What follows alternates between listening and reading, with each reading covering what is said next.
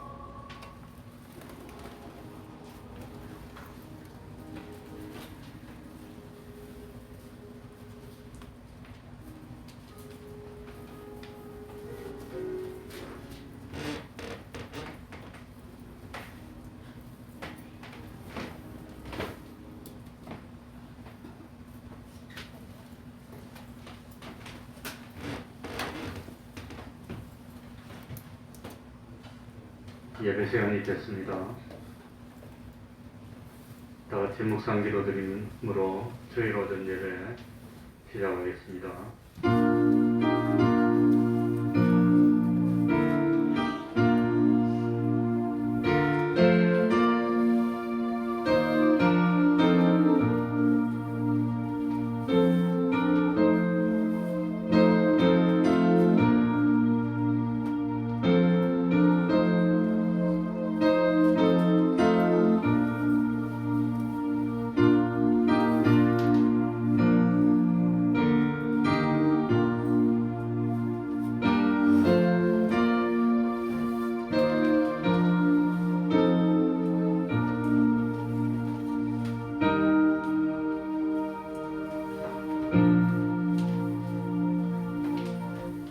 하나님 아버지, 거룩한 주일을 저희들에게 허락하여 주시고 오늘도 산제사 드릴 수 있는 은총 베풀어 주셨으니 참으로 감사드립니다.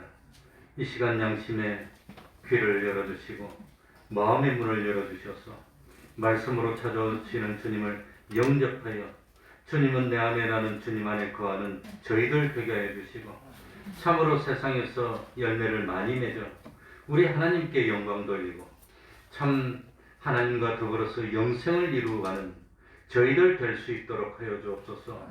오로지 하나님만 바라보고 하나님만 의지하고 하나님과 동행하면서 참 세상 사람들이 알지 못하는 하나님이 주시는 위로를 누리고 하나님의 권능으로 살며 모든 사탄의 세력과 싸워 승리하며 참 세상의 빛과 소금 되는 저희들이 될 수 있도록 하여 주옵소서. 이제는 슬픔이 끝나고 하나님이 주시는 기쁨으로 세상을 살며 낙심이 끝나고 소망으로 세상을 살 수 있는 저희들이 되게 하여 주옵소서. 이 시간 말씀의 역사로 온전히 저희들을 변화시키시고 참 주님의 그 능력을 힘입어서 세상에서 복음을 전하며 참 하나님의 영토를 확장하는 저희들 될 수 있도록 하여 주옵소서. 주님의 이름으로 모인 곳곳마다 하나님의 은총이 함께하여 주시기를 바라며 예수님 이름으로 기도하옵나이다. 아멘. 다 같이 자리에서 일어나셔서 찬송가 25장입니다.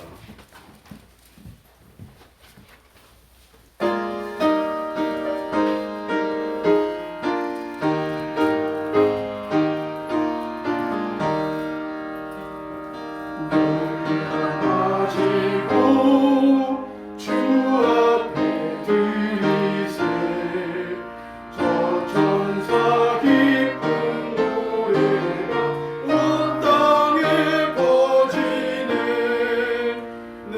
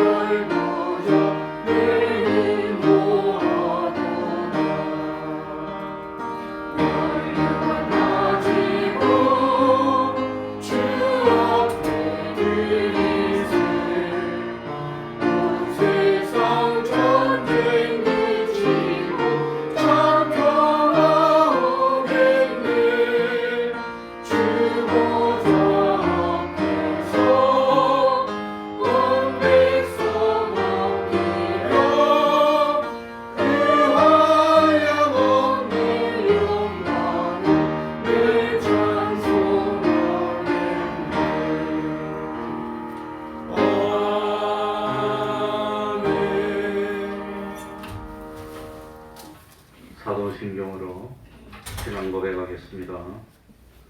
전능하사 천지를 만드신 하나님 아버지를 내가 믿사오며 우리 주 예수 그리스도를 믿사오니 이는 성령으로 잉태하사 동정녀 마리아에게 나시고 본디오 빌라도에게 고난을 받으사 십자가에 못 박혀 죽으시고 장사한 지 사흘 만에 죽은 자 가운데서 다시 살아나시며 하늘에 오르사 전능하신 하나님 우편에 앉아 계시다가 저리로서 산 자와 죽은 자를 심판하러 오시리라.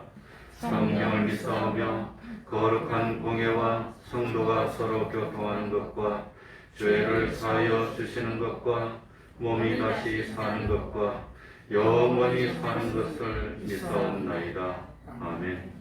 자리에 앉으셔서 찬송가 142장이 되겠습니다. 142장입니다.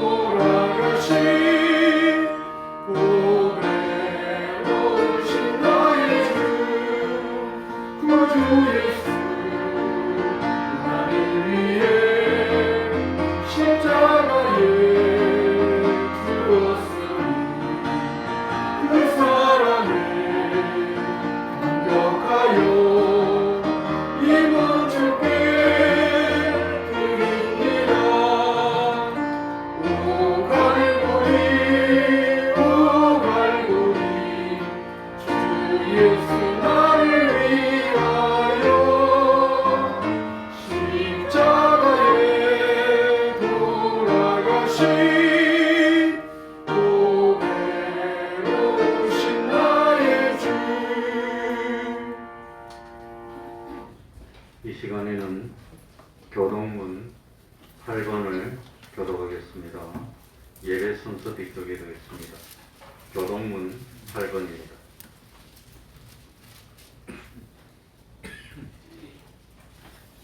교동문 8번입니다. 교독하겠습니다.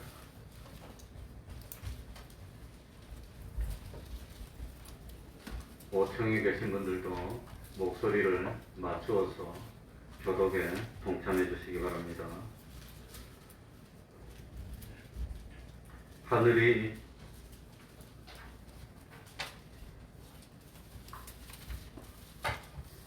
하나님의 영광을 선포하고 공천이 그 손으로 하신 일을 알아내는도다. 날은 날에게 말하고 밤은 밤에게 지식을 전하니 언어가 없고 들리는 소리도 없을. 그 소리가 온 땅에 통하고 그 말씀이 세계 끝까지 이르도다. 여호와의 율법은 완전하여 영혼을 소성케 하고 여호와의 증거는 지혜하여 굳은한 자로 지혜롭게 하며 여호와의 교훈은 정직하여 마음을 기쁘게 하고 여호와의 계명은 순결하여 눈을 밝게 하도다. 여호와를 경외하는 도는 정결하여 영혼까지 이르고 여호와의 계명은 지혜하여 다 의로우니 금곧 많은 정금보다 더 사모할 것이며 꿀과 송꿀보다 더 달도다. 아멘. 이제 최영반 집사님 예배를 위해서 기도해 주시겠습니다. 다 같이 기도드리겠습니다.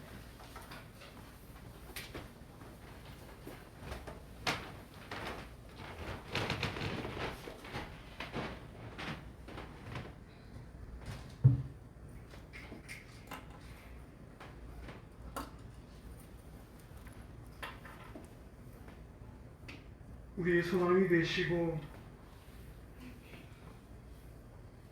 빛이 되신 하나님 아버지, 우리에게 봄날을 허락하셔서 주님의 은혜 가운데 거하게 하시고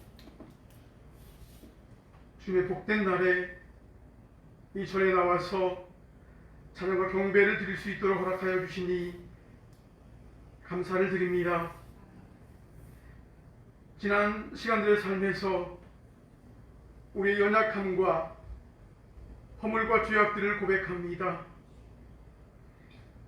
세상의 문제와 어려운 상황 가운데 때로는 하나님만을 온전히 의지하지 못하고 세상을 의지하고 세상의 방법으로 타협하였던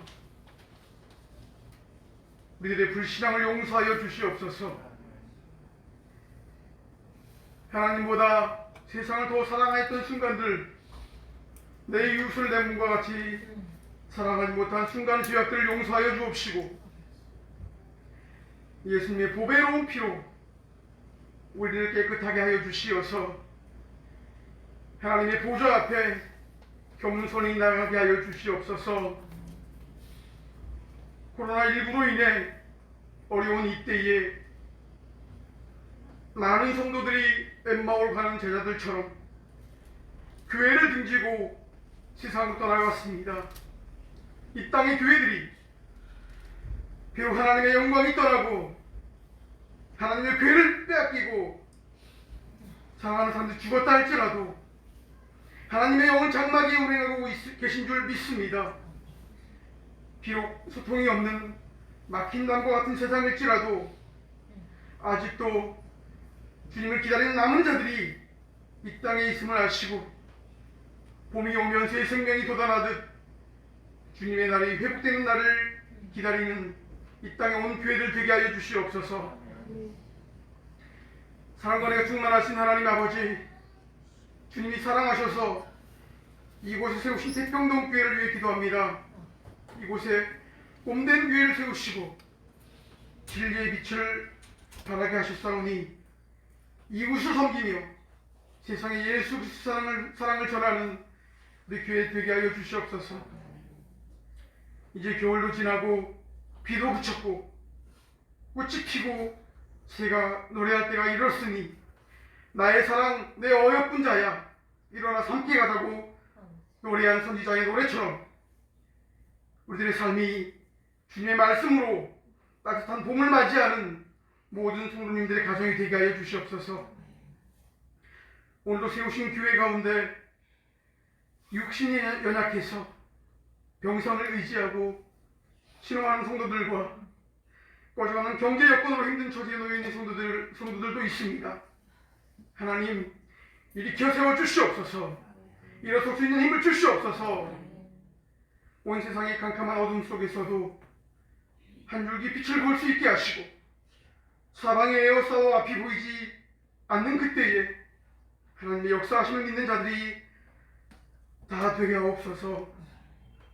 오늘도 말씀을 들고 서시는 목사님을 붙잡아 주시고 성령의 능력을 갑절로 더하여 주시옵소서. 이 시간 말씀이 육신이 되어 우리 가운데 계시는 예수님을 만나는 은혜가 있기를 원합니다. 슬픈 마음 있는 사람, 낙심한 사람, 절망 속에 갇힌 사람들에게 기쁨과 위로를 주시는 주님을 만나는 말씀 되길 원하오니 주님 임하여 주시옵소서. 이제 새학기가 시작되었습니다. 어린아이들과 중고등부 학생들, 대학생들이 학교 생활을 잘 할 수 있도록 도와주셔서 코로나19로부터 지켜주시고 즐겁고 복된 학교 생활을 할 수 있도록 인도하여 주시옵소서. 이 예배를 돕는 손길들을 기억하여 주옵시고 저들의 노고와 땀이 헛되지 않도록 기억하여 주시옵소서. 이 모든 말씀을 우리들 구원하신 예수 그리스도 이름으로 기도드리옵나이다. 아멘.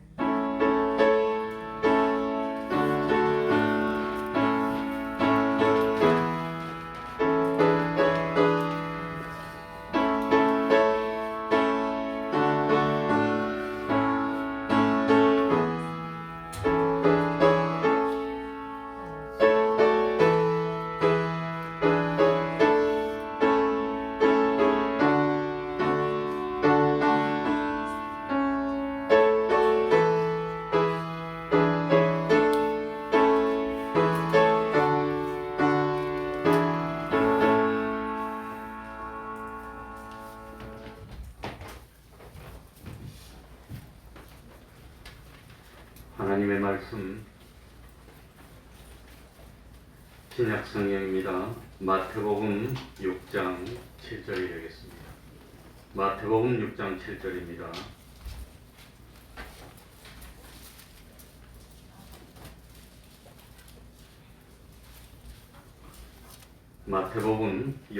마가복음입니다. 마가복음 6장 7절부터 13절까지를 제가 읽겠습니다.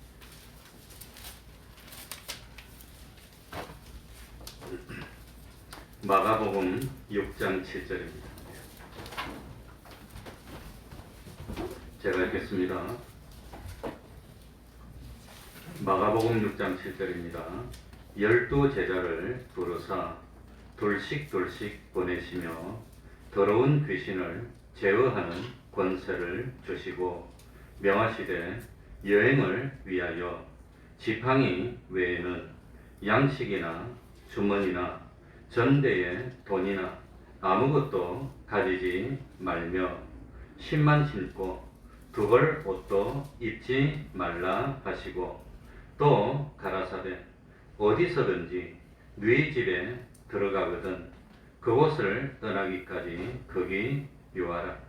어느 곳에서든지 너희를 영접지 아니하고 너희 말을 듣지도 아니하거든 거기서 나갈 때에 발 아래 먼지를 떨어버려 저희에게 증거를 삼으라 하시니 제자들이 나가서 회개하라 전파하고 많은 귀신을 쫓아내며 많은 병인에게 기름을 발라 고치더라. 아멘.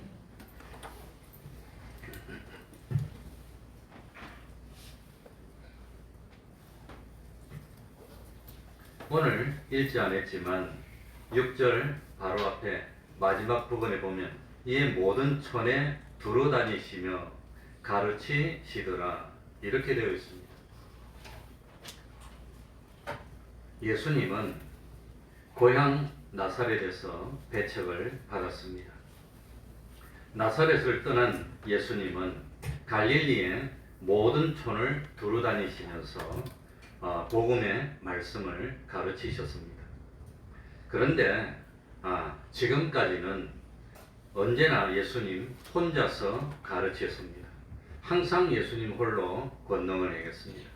누구든지 예수님의 가르치심을 듣고 예수님이 행하시는 권능을 보기 위해서는 예수님이 계신 곳으로 와야만 했습니다. 자연히 예수님이 계신 곳에는 많은 사람들로 북적이게 되었습니다. 사람마다 예수님의 몸에 손을 대려고 예수님을 에워싸서 밀고 하는 일이 있었습니다. 어느덧 예수님의 공생의 기간도 제법 흘렀습니다. 앞으로 남은 시간이 점점 줄어들고 있었습니다.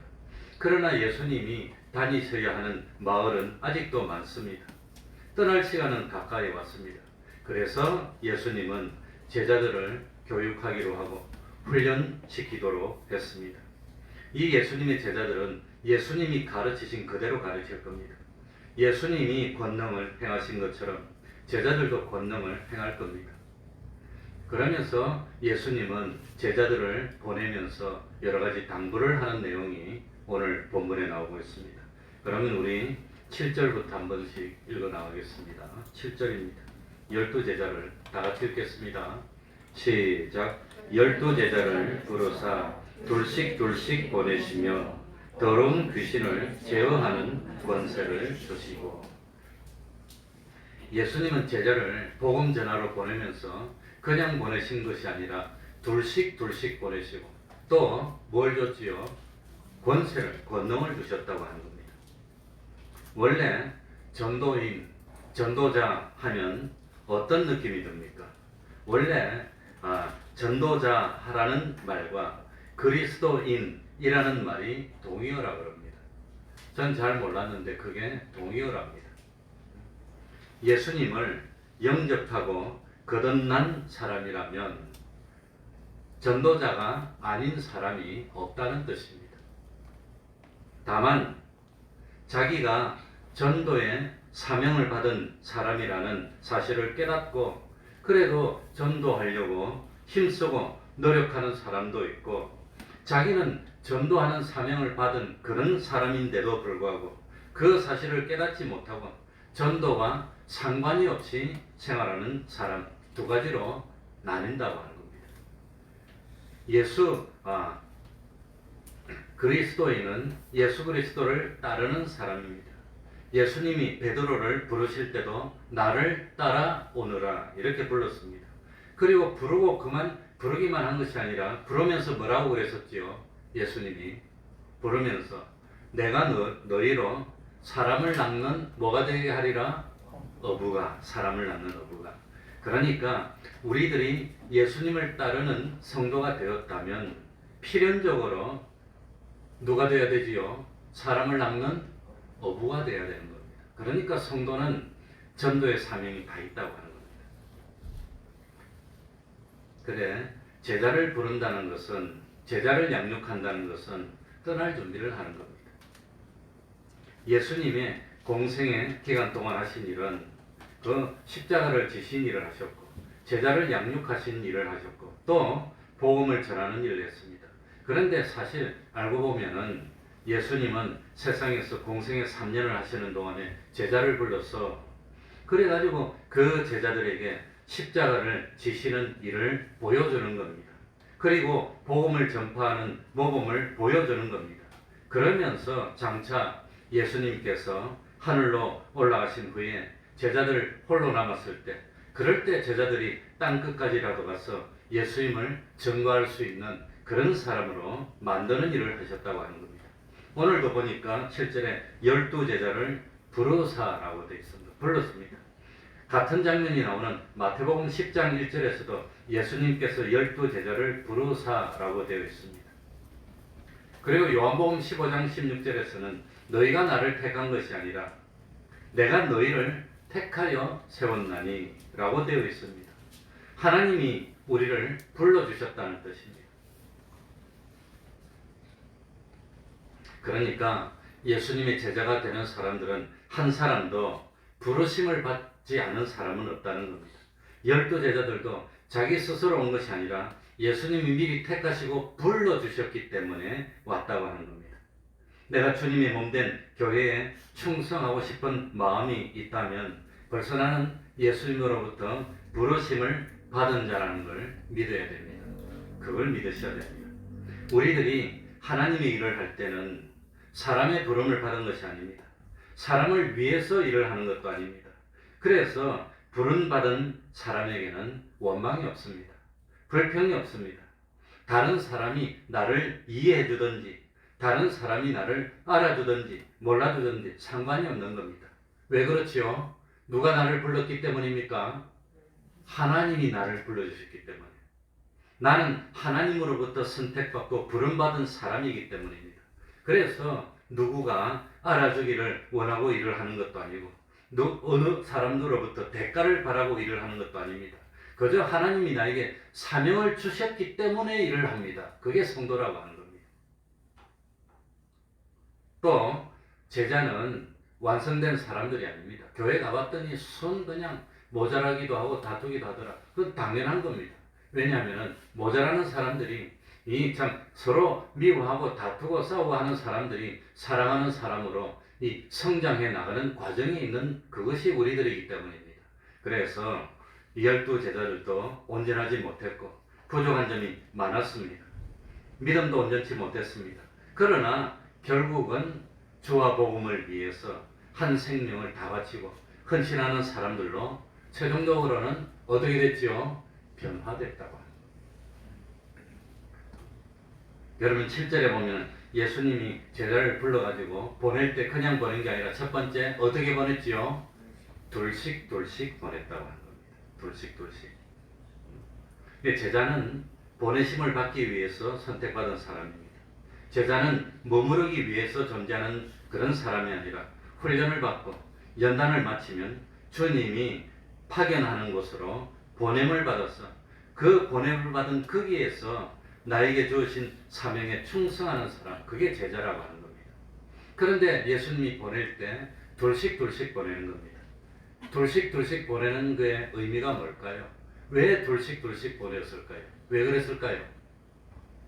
둘씩은 영어로는 투썸이라고 합니다. 맞는지 모르겠다. 둘씩. 누가복음 10장 1절을 보면 예수님이 70인을 세워서 보낼 때도 둘씩 보냅니다. 마가복음 11장 1절을 보면 예수님이 나귀 새끼를 준비하게 할 때도 둘을 보냅니다. 또 마가복음 14장 13절을 보면 예수님이 마지막으로 6월절 음식 먹을 장소를 준비하실 때도 한 사람을 보내는 게 아니라 둘을 보냅니다. 왜 그랬을까요? 왜 참 보낼 때마다 꼭 둘씩 보냈을까요? 대체로 세 가지로 이유를 생각해 봤습니다. 첫 번째는 두 사람을 보낸 이유는 한 사람이 좀 넘어지고 힘들 때 옆에서 나머지 한 사람이 일으켜 세워주고 격려하면서 끝까지 맡은 사명을 감당하도록 만들기 위해서 둘을 보낸 것이 아닐까. 그게 첫 번째 생각이었습니다. 두 번째 생각은 성경 신명기 19장 15절에 보면 이 우리들이 무슨 일을 증거할 때 증인이 되기 위해서는 한 사람의 증거로는 그건 안 된다고 합니다. 증거를 하기 위해서는 최소한 필요한 인원이 몇 명이란 말이죠? 2명이라고 하는 겁니다. 그런데 예수님의 제자들이 나가가지고 사명을 전할 때 뭘 전하지요? 나중에 전하게 될 때 뭘 전합니까? 예수님이 십자가에 죽으셨는데 부활하셨다는 걸 전하면서 증거하는 겁니다. 그러니까 예수님의 증인이 되기 위해서 최소한 둘이 있어야 증인이 되니까 둘씩 보낸 것이 아니냐. 이제 그게 두 번째 추측입니다. 두 번째. 그리고 세 번째는 마태복음 18장 20절에 보면 두세 사람이 모인 곳에는 주님이 그들 중에 있느니라고 말씀하셨는데 참 교회가 되기 위해서 주님의 몸된 교회가 되기 위해서는 적어도 주님을 하나님의 아들로 살아계신 하나님의 아들로 그리스도로 믿는 사람이 최소한 몇 명이 있어야 된다는 거지요. 두 사람이 있어야 됩니다. 두 사람.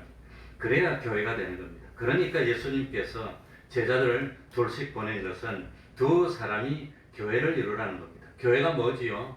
주님의 몸입니다. 그러니까 이 두 사람이 나갈 때 몸을 이루는 겁니다. 사람이 되는 겁니다. 두 사람이 한 사람 두 사람 자연인이 아니라 주님이 머리가 되고 우리 믿는 사람이 주님의 몸을 이루는 바로 그 사람이 되는 겁니다. 그래서 주님의 복음을 전파하고 증거하게 하기 위해서 그래서 서로 도우면서 몸된 교회를 세우도록 하기 위해서 두 사람을 보낸 것이 아닐까 생각을 해봤습니다. 한 사람으로서는 공동체가 안 되는 겁니다.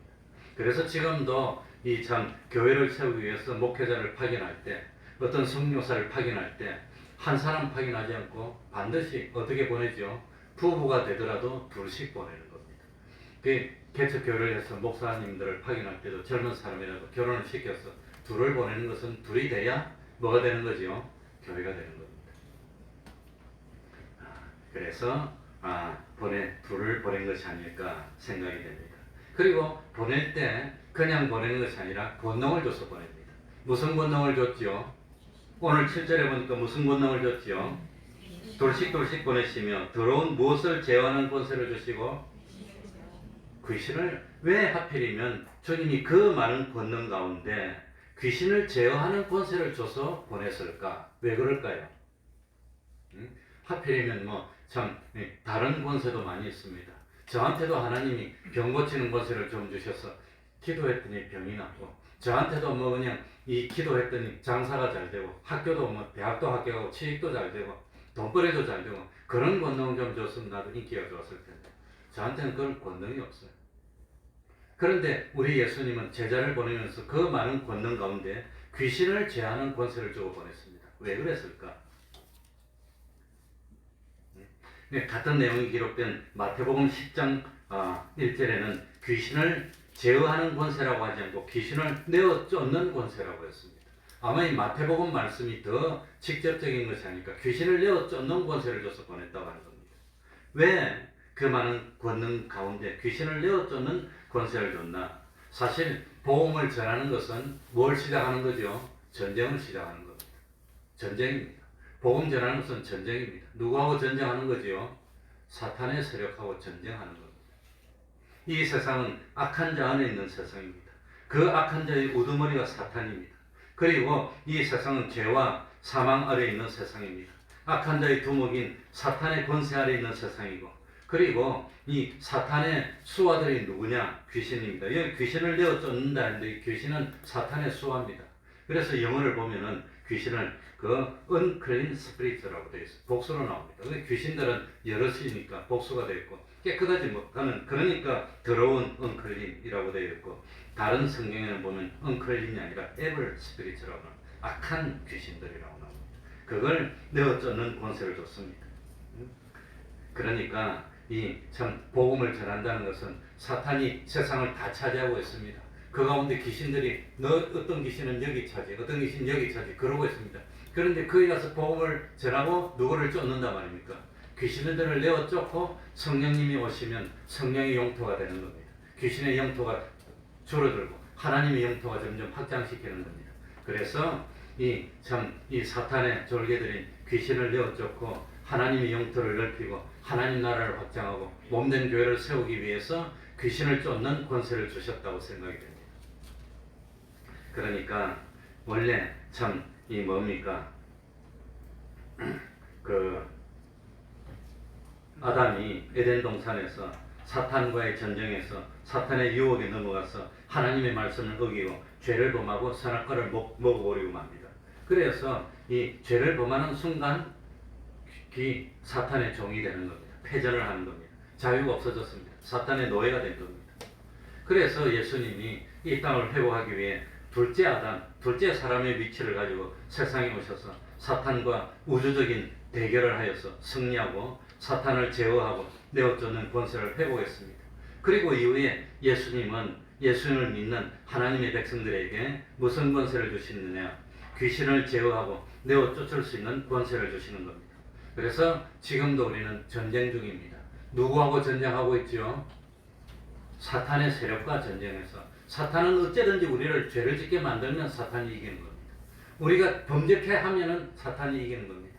우리는 어떤 유혹이 오더라도 핍박이 오더라도 하나님의 말씀을 어기지 않고 뭐만 하지 않으면, 죄를 범하지 않으면, 하나님을 배반하지 않으면 전쟁에서 이기는 겁니다. 그래서 우리의 싸움은 혈과 육의 싸움이 아니라고 그랬습니다. 이거는 이 전쟁에서 이기는 방법은 하나님의 말씀을 준행하면 이기는 겁니다. 하나님을 믿고 하나님의 말씀을 준행하면 이기는 겁니다. 하나님을 믿지 못하고 하나님의 말씀을 어기고 죄를 범하면 이 전쟁에서 지는 겁니다. 사탄은 제일 먼저는 핍박을 줍니다. 어렵게 만듭니다. 그래서 지금 교회들이 다 죽었어요.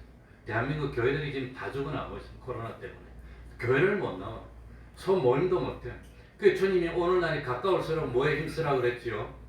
모이게 힘쓰는 겁니다. 모여야 되는 겁니다. 그래서 이 구약 시대도 제사 지낼 때 집안에서 지냅니까? 성경으로 모이는 겁니까? 모이는 겁니다.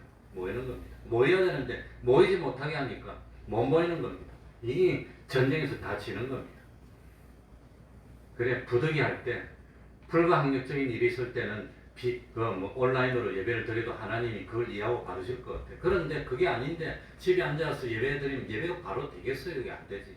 다 늘어지고 나중에는 뭐 쓰러지고 다 그리 되는 것이지. 그래가지고 이 미국이나 유럽의 교회들이 텅텅 비게 되고 믿음들이 다 죽은 믿음이 되고 말았다는 겁니다.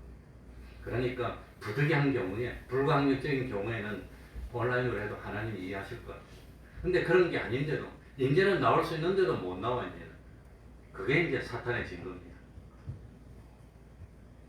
그래서 원래 우리에게는 사탄과 싸워서 이길 수 있는 권세가 없는데 누가 권세를 주셨지요? 오늘 성경에 보니까 누가 권세를 줬습니까? 예수님이 귀신과 싸워서 이길 수 있는 권세를 우리에게 주셨다고 하는 겁니다. 그래서 귀신과 싸워서 사탄의 세력과 싸워서 이길 수 있는 방법이 딱 하나 있는데 그게 뭐라 말이죠? 믿음이라고 하는 겁니다. 397장 찬송에 무엇이 이기네? 주 예수 믿는 힘으로 온 세상이 이기네. 예수를 믿고 믿는 게 뭐죠? 하나님의 말씀을 순종하는 겁니다. 그 힘으로 이기는 겁니다. 다른 거 없습니다. 그러니까 우리가 사탄과의 전쟁에서 승리하는 방법은 믿음이라고 하는 겁니다. 그래서 주 예수를 믿는 믿음이 이긴다고 요한일서 5장 4절에 밝혀놨습니다. 그리고 재밌는 것은 이건 참 복음을 전하는데 사탄과 싸워서 이겨야 되는데 사탄과 싸워서 이기는 권세를 받았다는 것을 뭐 해야 되지요? 믿어야 됩니다. 그래서 제자들에게 두 번째 주님이 요구한 것이 너가 정말로 나를 믿느냐? 이걸 요구했다는 겁니다. 그게 8절부터 나옵니다. 성경이 논리적입니다. 8절부터 보시기 바랍니다. 권세를 주시고 보내면서 명령을 내립니다. 무슨 명령 내리죠? 자, 8절, 9절 우리 다 같이 읽어보겠습니다. 명하시되 같이 읽습니다. 시작. 명하시되 여행을 위하여 지팡이 외에는 양식이나 주머니나 전대의 돈이나 아무것도 가지지 말며 신만 신고 두 벌 옷도 입지 말라 하시고. 그러니까 8절 9절 제자를 둘씩 보내는 겁니다. 뭐하러 보내지요? 놀러 보냅니까? 여행 보냅니까? 뭐하러 보냅니까? 전쟁하러 보내는 겁니다. 복음을 전해서 안 믿는 사람을 믿게 만들어서 구출하는 겁니다. 이 사탄의 노예가 되어 있는 사람을 하나씩 건져내는 겁니다. 누가 그런 전쟁을 했지요? 누가 그런 전쟁을 했습니까? 모세가 했잖아요. 애굽은 세상의 상징이고 바로왕은 사탄의 상징입니다. 그 모세가 애굽에 가서 이 바로와 싸우면서 백성들을 구출하는 그 전쟁을 했는데 우리가 복음 전하는 건 바로 그 전쟁이라는 겁니다. 그런데 이런 전쟁을 하는데 뭐가 있어야 이길 수 있단 말이지요? 믿음이. 뭐가 있어야 이길 수 있지요? 믿음이 있어야 이긴다는 겁니다. 믿음이. 그러니까 이 전쟁하면서 보내면서 예수님이 뭐라고 합니까? 야, 복음 전하러 가는데 돈이 있어야지. 그래 저도 개척교회를 하러 나오는데 돈이 있어야지. 가진 거 하나도 없고 손바닥밖에 없는데 그런데 가가지고 하라 그러는데 어쩌합니까? 참 당장 먹을 돈 떨어지면 먹을 쌀도 아이들 학교도 보내야 되고 옷도 입혀야 되고 난방도 해야 되고 뭐 가진 게 있어야지. 땅바닥에 그냥 들어박는 겁니다. 그렇게 개척교회를 저도 시작했습니다. 그러니까 예수님이 보내면서 돈도 많이 준비하고 옷도 준비하고 신발도 준비하고 약도 준비하고 다 준비하고 부족함이 없이 해서 딱 나가면 그건 하나님 의지하게 될까요? 난 돈 있으니까 안 굶어. 그거 의지하게 될까요? 그러니까 이 참 지팡이 외에는 양식도 가지지 말고 주머니에 전대에 돈도 가지지 말고 신발도 가지지 말고 옷도 가지지 말고 오로지 허용한 것은 두 가지밖에 없습니다. 뭐만 허용했습니까? 신고 있는 신발하고 들고 있는 지팡이 말고는 아무것도 가지지 말고 그냥 복음 전하러 나가라는 겁니다. 이게 무슨 뜻이겠습니까? 이게 무슨 뜻일까요? 지팡이 외에는 양식도 주머니도 돈도 아무것도 가지지 말고 딱 신고 있는 신발하고 옷도 그냥 입고 있는 그거하고 지팡이만 가져가가지고 전하라는 겁니다. 이게 무슨 뜻입니까? 정말로 하나님을 믿는 믿음이 있느냐고 물어보는 겁니다. 하나님 다 해결해 줄 텐데 너가 그런 믿음이 있으면 나갈 수 있고 그런 믿음이 없으면 갈 수가 없다는 겁니다. 정말 참으로 하나님만 의지하고 있느냐를 물어보고 계시는 겁니다. 하나님께서 내가 여행하면서 필요한 모든 것을 책임져 줄 거라는 것을 믿는 믿음이 있느냐? 믿음이 없으면 못 나가는 겁니다. 그건 불가능한 일입니다. 그건 미친 일입니다. 그러니까 2박 3일 저 여행을 갈 때도 얼마나 준비를 철저하게 합니까? 옷도 챙기고 뭐 그냥 안경도 챙기고 이것도 챙기고 약도 챙기고 요즘은 꼭 여행하는데 돈도 챙기고 뭐도 챙기죠? 플라스틱만 카드도 챙기고 또 뭐도 챙깁니까? 위험하면 큰일 나니까 핸드폰도 챙기고 여차 한번 전화하면 막 쫓아와가지고 그런데 참 예수님은 제자들을 이리 때가 득실거리는 세상으로 보내면서 양식도 준비하지 말랍니다. 그래서 저도 전도사를 9년 하다가 처음에 서현동에서 개척을 했는데 그러더라고요. 어떤 분이 돈 떨어지기 전에 쌀을 다 사놓으려고.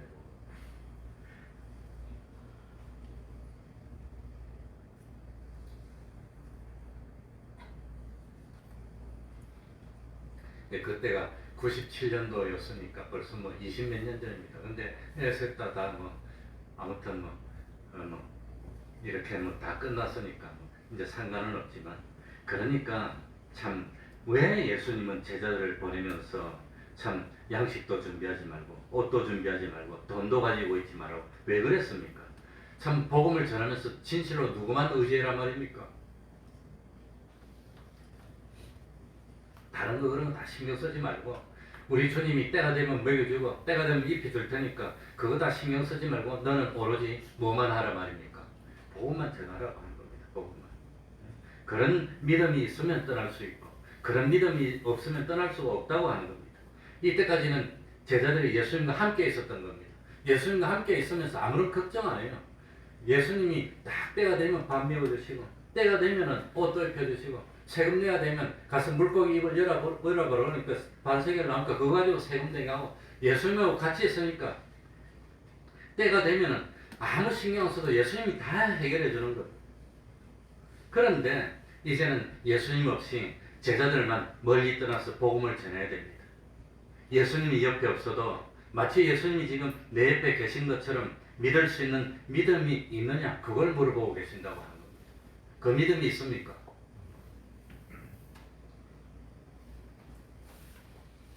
그런데 하필이면 왜 예수님이 지팡이 하나는 허락했을까? 신발은 안 신을 수 없고 신고 왜 지팡이 하나를 허락했을까? 왜 그랬을까? 왜 그랬을까? 그래 왜 그렇게 지팡이를 허용했나 하니까 이스라엘에는 광야가 많아서 들짐승도 많고 또 그 예루살렘은 뭡니까? 지형이 높아가지고 해발 750m나 된답니다. 예루살렘. 그리고 이스라엘에서 제일 낮은 곳은 사해인데 사해는 해발 마이너스 400m 가깝습니다. 마이너스 396m랍니다. 그러니까 이 이스라엘이라는 나라는 사람 사는 동네가 표차가 1000m가 넘습니다. 1000m가 넘습니다.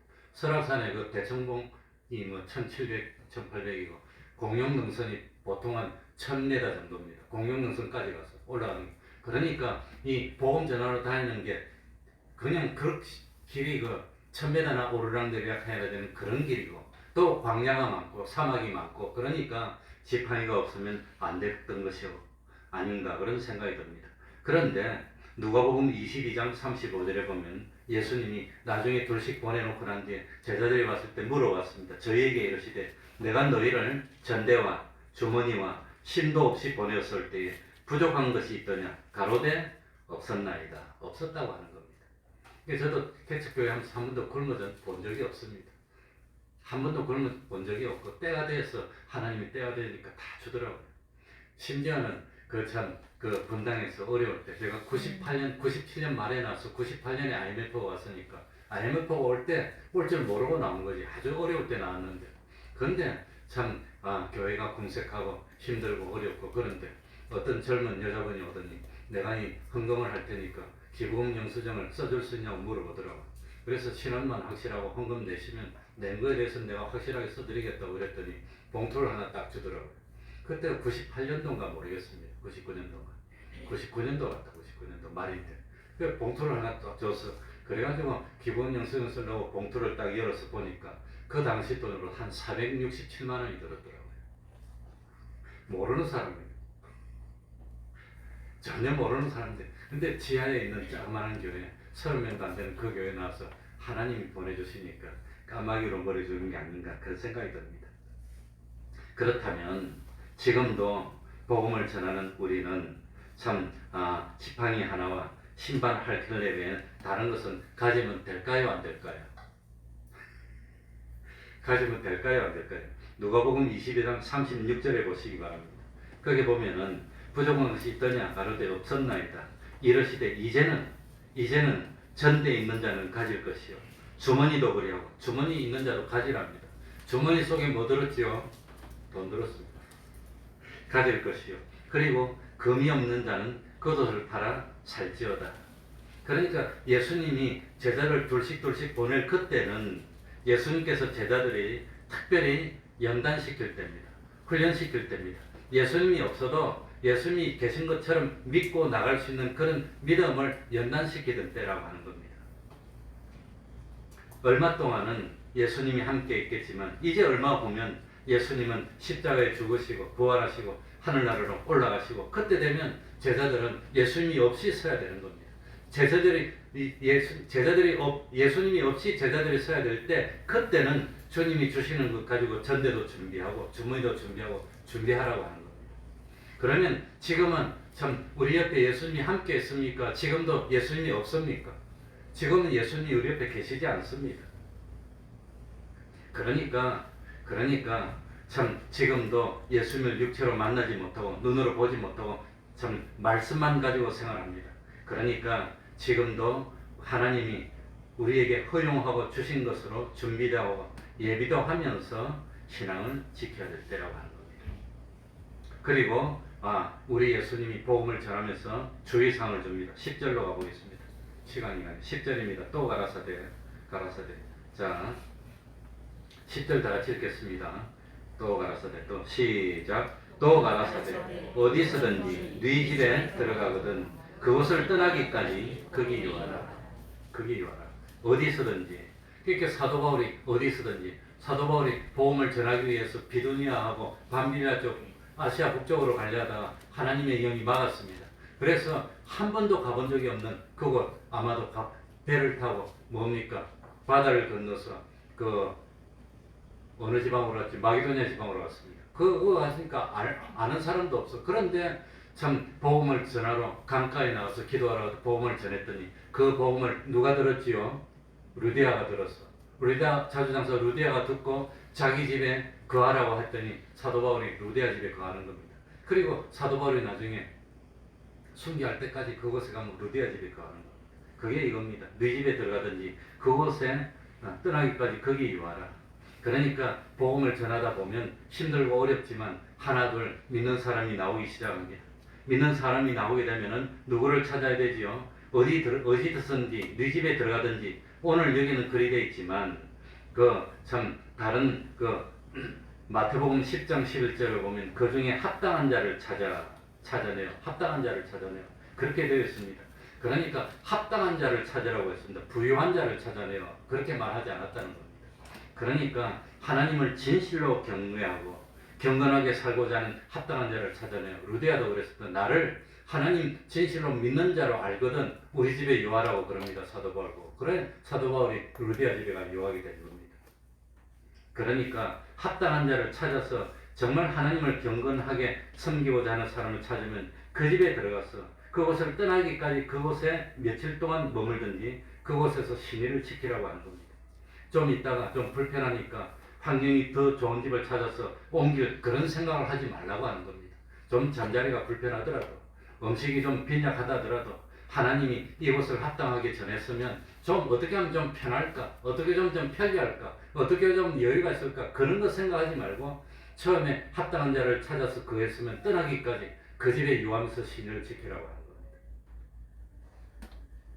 그러니까 참 베드로가 사탄이라고 정죄를 받을 때 그때 하나님의 일보다 무슨 일을 먼저 앞세웠지요? 세상 일을 앞세웠는데 그래 하지 말라는 겁니다. 복음 전하면 끝까지 하나님의 일을 앞세우라고 하는 겁니다. 그리고 11절에 보니까 뭐라고 했습니까? 어느 곳에서든지 너희를 뭐하지도 아니하고 영접하지도 아니하고 너희 말을 듣지도 아니하거든 거기서 나갈 때에 발 아래 먼지를 떨어버려 저희에게 뭘 삼으라? 증거를 삼으라. 증거를 삼으라. 그러니까 이게 참 어느 곳에 갔는데 끝까지 영접도 아니하고 말을 듣지 아니하면 어떻게 해라 말입니까?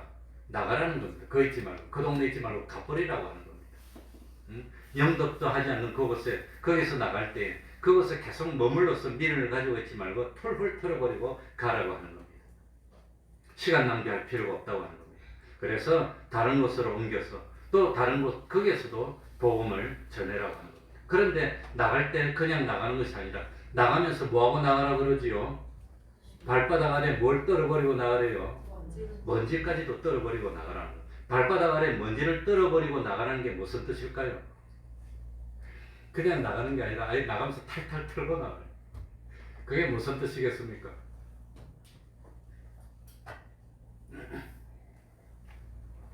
역사적으로 유대인들은 이방 사람을 어떻게 여겼지요? 부정하게 여겼습니다. 어떻게 여겼습니까? 부정한 것은 내 속에 있으면 안 됩니다. 이 부정하고 더러운 것이 나한테 있으면 하나님과 하나 되지 못합니다.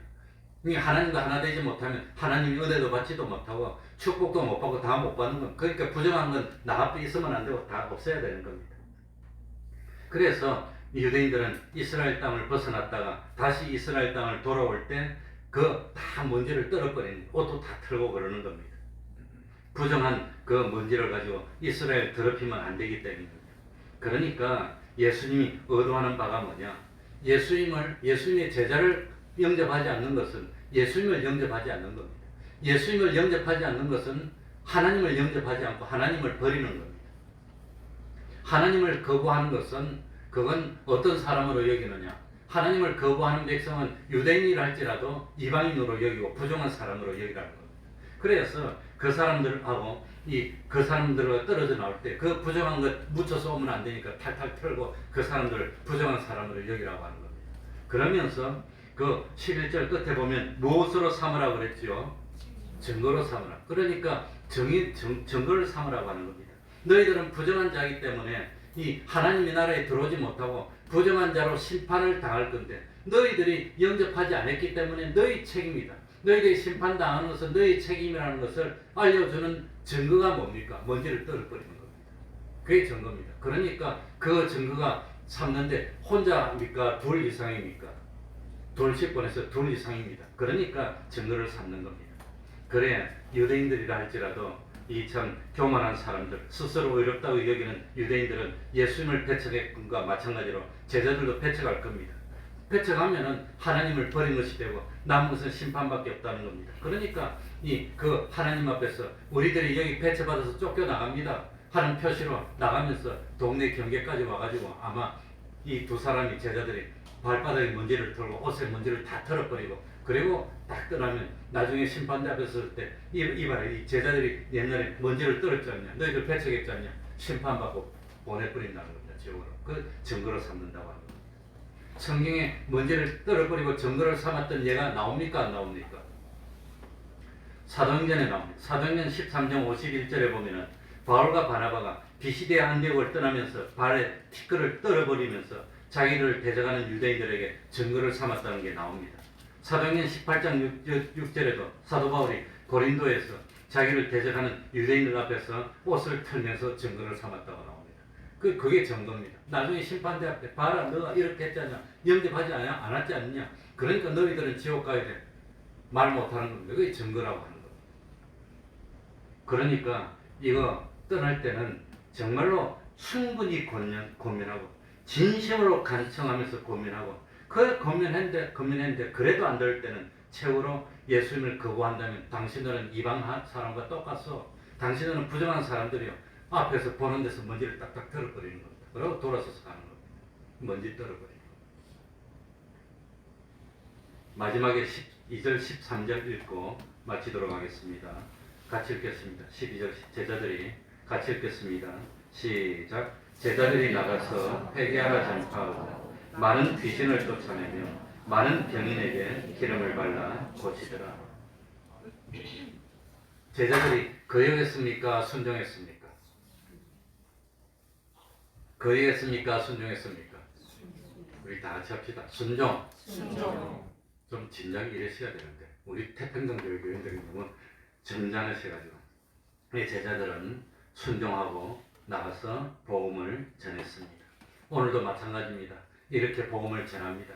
그런데 참 디모데후서 4장 3절에 보니까 때가 되면 사람들이 바른 교훈을 버리고 이래 나옵니다. 바른 교훈, 바른 말하면 듣기 싫다고 버린다는 겁니다. 자기 사욕을 좇을 서성을 많이 찾고 그 자기 욕심하고 똑같은데 그런 데 가서 욕심을 이룰 수 있는데 그런 데 찾아간다고 하는 겁니다. 흩어난 이야기를 좇을 것이니라. 우리들이 아무리 바른 교훈을 하더라도 바른 교훈을 버리는 사람들이 많이 나올 거라고 하는 겁니다. 성경 말씀대로 해야 되는데 그 말씀도 자기 구미에 안 맞는 거 잘 못하고 이 자기 구미에 맞는 것만 하는 그런 데 찾아가서 그런 일이 많이 일어날 거라고 하는 겁니다. 그러면서 마태복음 10장에 보면은 제자를 예수님이 보내면서 뭐라고 합니까? 내가 너희를 보내니 양을 이리 가운데 보낸 것 같도다. 제자들이 만날 현실이 참 좋은 현실이란 말입니까? 잡아먹히고 힘든 그런 현실이 될 거란 말입니까? 힘든 현실이 될 거라고 하는 겁니다. 이리 가운데 보냄을 갖도다. 또 17절에 보면은 사람들이 너희를 공에 넘겨주겠고 그들의 회당에서 채찍질 할 것이라. 제자들이 무슨 강도짓을 했습니까? 나쁜 짓을 했습니까? 도둑질을 했습니까? 이 사람들을 복음을 전해서 하늘나라를 이끌는 그런 일을 하려고 하는데도 뭐 한단 말입니까? 채찍질을 할 거라고 하는 겁니다. 그런 일이 일어나는 겁니다. 그리고 마태복음 10장 18절에는 임금들과 총독들 앞에 끌려갈 것이라고 그랬습니다. 그러니 예수님이 없을 때 나중에 제자들이 복음을 전하고 그 제자의 제자된 오늘날 우리들이 복음을 전할 때 이런 어려운 일이 많이 있을 테지만 예수님이 예언을 합니다. 뭐라고 합니까? 예? 마태복음 10장 28절에 몸은 죽여도 영혼을 능히 죽이지 못하는 자를 뭐하지 말라? 두려워하지 말라고 권면했다. 그러니까 두려워하지 말고 무서워하지 말고 주님 앞에 나서라고 하는 겁니다. 그래서 예수님의 제자들은 뭐라고 외쳤지요? 복음 전하면서 12절에 보니까 뭐라고 외쳤지요? 뭐하라? 회개하라. 예수님도 복음을 처음 전파할 때 뭐하라? 회개하라. 천국에 왔다. 세례요한도 처음에 복음을 전할 때 뭐하라고 전했지요? 회개하라. 회개하라는 것이 기분 나쁜 소리입니다. 고치라. 잘못했으니까 고치라는 소리, 기분 나쁜 소리지만 기분 좋은 소리가 아니지만 그것이 두 글자로 뭐지요? 복음이라고 하는 겁니다. 그게 복음입니다. 복음. 박해를 받으면서도 전했습니다. 실제로 예수님 승천하시고 난 뒤에 제자들은 땅 끝까지 가서 복음을 전하고 몸된 교회를 세웠습니다. 수많은 사람들을 믿음의 생명의 세계로 인도했지만 많은 박해를 받고 12제자들이 다 피를 뿌리고 순교의 제물로 생명을 마쳤다고 하는 겁니다. 지금도 신앙생활하는 우리에게는 예수님의 지상령이 똑같이 있습니다. 우리들도 베드로처럼 사람을 낚는 뭐가 돼야 되는 거지요? 어부가 돼야 되는 겁니다. 그런 사명이 있다는 걸 믿습니까? 그게 힘들지만 제자들처럼 참 눈물로 씨를 뿌리면 영원한 기쁨으로 열매를 거두게 될 것입니다. 이 말씀을 믿습니까? 말씀을 생각하면서 통성으로 기도드립니다.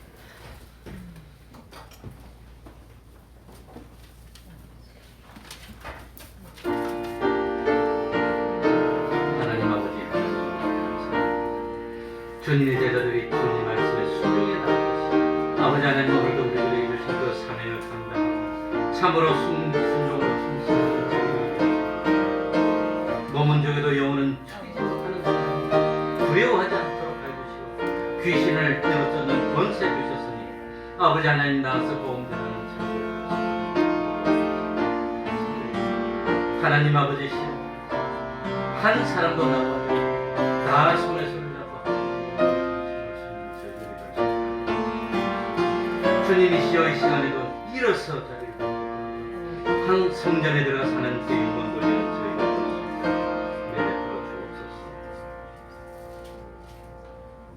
찬송 올리겠습니다. 찬송가 509장입니다.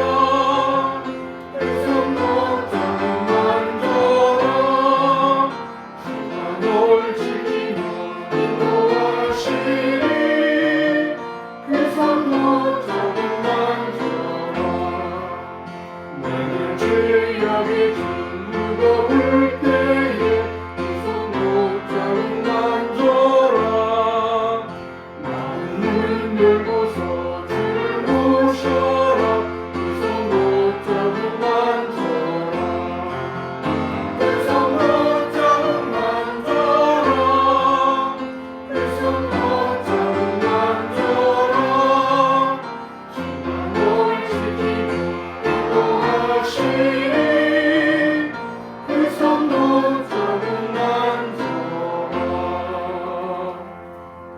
71장 1절 찬송하면서 하나님께 헌금드리겠습니다.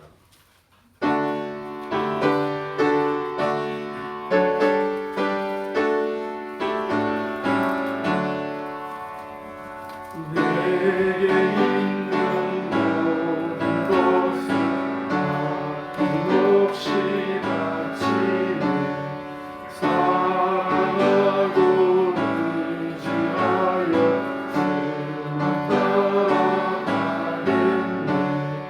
주께 드리네 주께 드리네 사랑하는 구주 앞에 모두 드리네 아멘.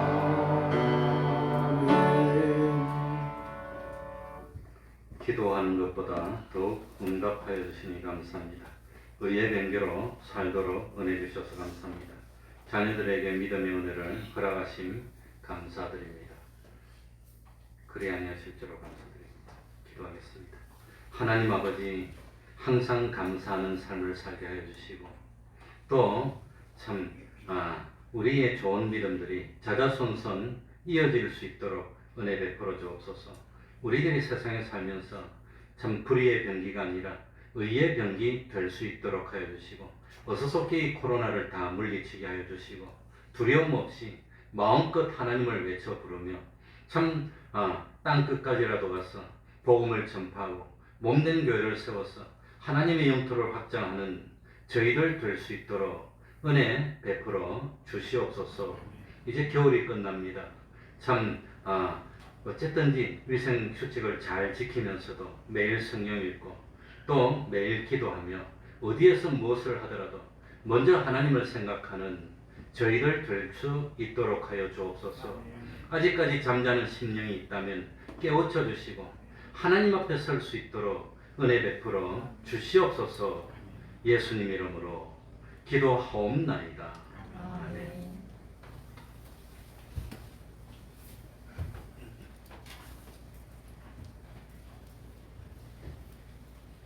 매일 30분 기도하시기 바랍니다. 성경을 읽으시기 바랍니다. 전도를 생활합시다. 가정예배를 생활합시다. 지금도 금요일 밤에 8시부터 기도회가 있습니다. 토요일 오후 4시에 찬양전도 하고 있습니다. 그러면 다 일어나셔서 1장 찬송 부르고 축도로 마치겠습니다.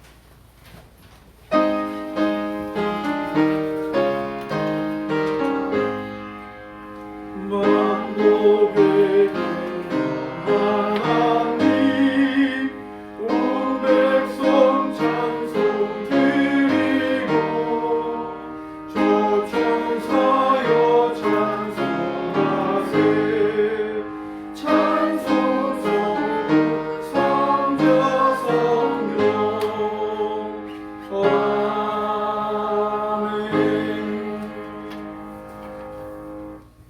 우리 주 예수 그리스도의 은혜와 하나님 아버지의 사랑하심과 성령님의 교통하심이 항상 함께하기를 축원하옵나이다. 아멘.